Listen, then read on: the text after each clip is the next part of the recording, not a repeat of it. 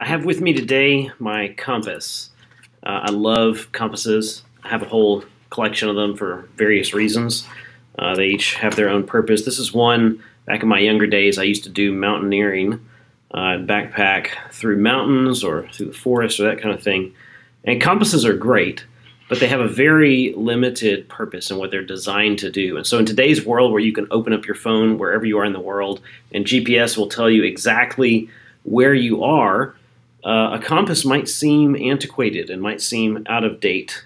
This one right here has, you can see the dial there, and it has a little bit of a sighting system so that you can look through its sight and see what your bearing is. So compasses won't tell you where you are, but they will tell you where you want to go.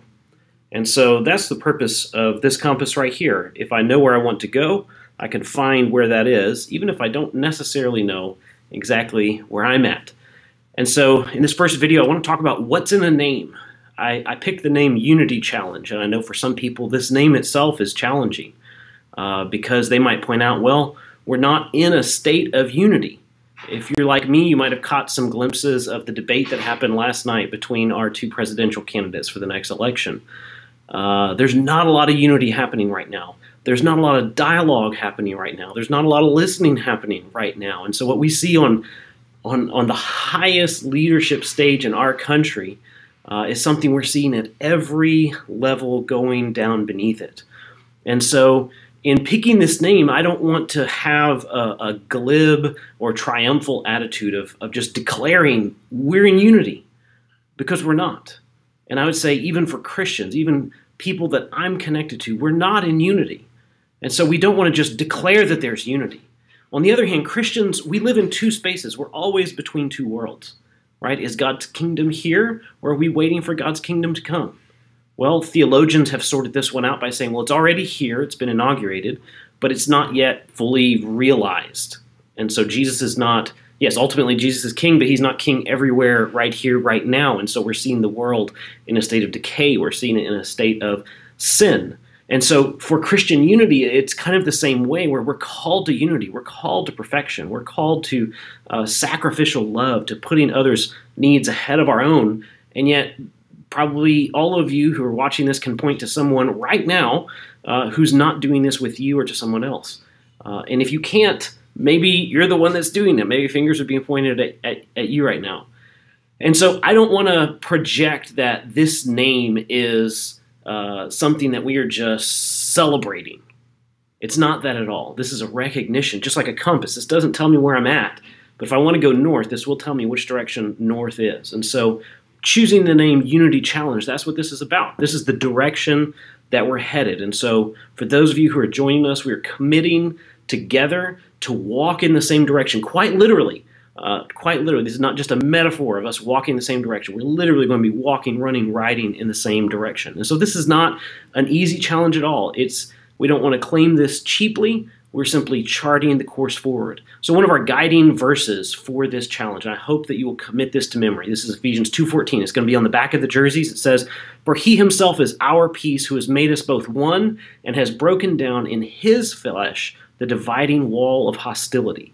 And so we're going to spend the next month unpacking the practical ramifications for what this verse means. This isn't just some pie-in-the-sky ideal. This is something that we as Christians are called to live in experientially right here, right now, as a demonstration of the transformation that God has done in our hearts. That's a mouthful. That's a high calling. And yet that is what God calls us to do. But it's also what he empowers us to do. This is not something abstract that he is not engaged in himself. God sent his son. We know the verse.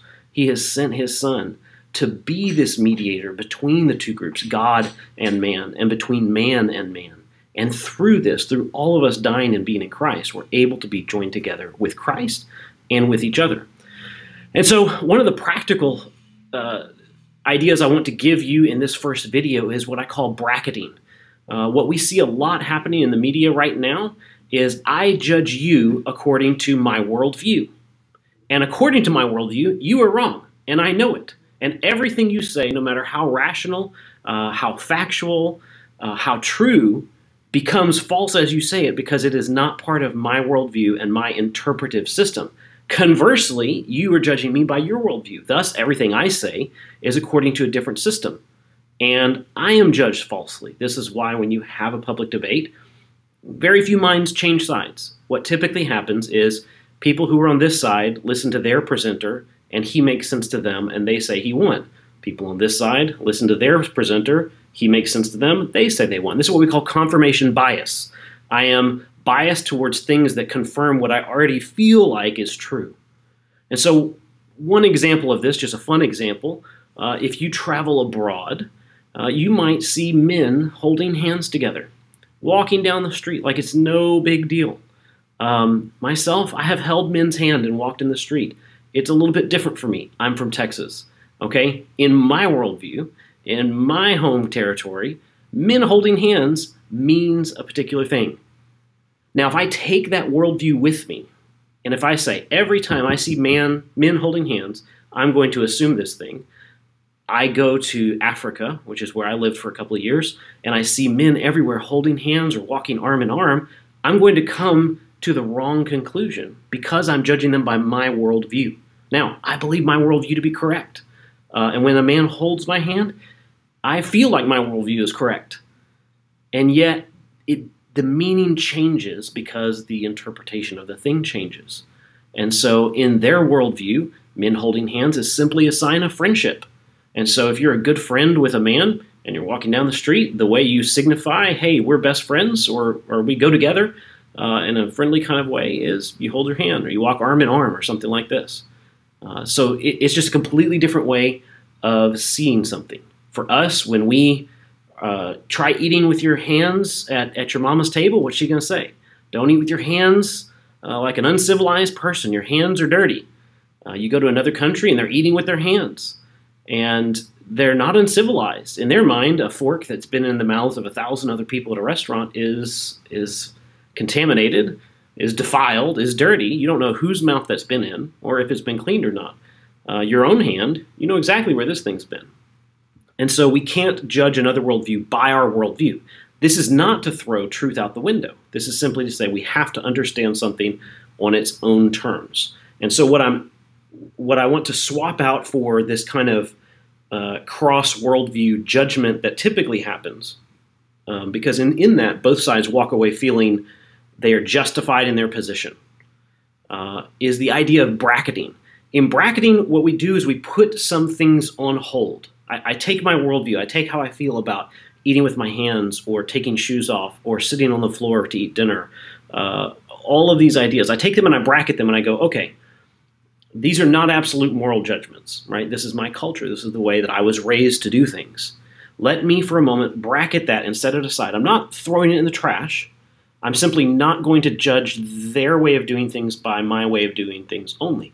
Let me now try to take what they have bracketed, and I'll put it in front of me, and I will look through this lens and see what does this look like from their perspective. And that is how we bracket. And so as we understand something from their perspective, we still may not agree. And we still may go, you know what? I actually still have a moral or a biblical problem with this. But I've heard you and I understand your side. And so this is a much more compelling way to engage in cross-cultural communication. And so as we talk about racial reconciliation and multi-ethnic missions, this is, by nature, by definition, cross-cultural communication. And so for me, I entered into this field, actually started in 9/11. When the World Trade Centers were blown up. And I learned back then that if I am going to effectively engage across what seemed like at the time to be an insurmountable chasm, I'm going to have to learn to communicate cross-culturally.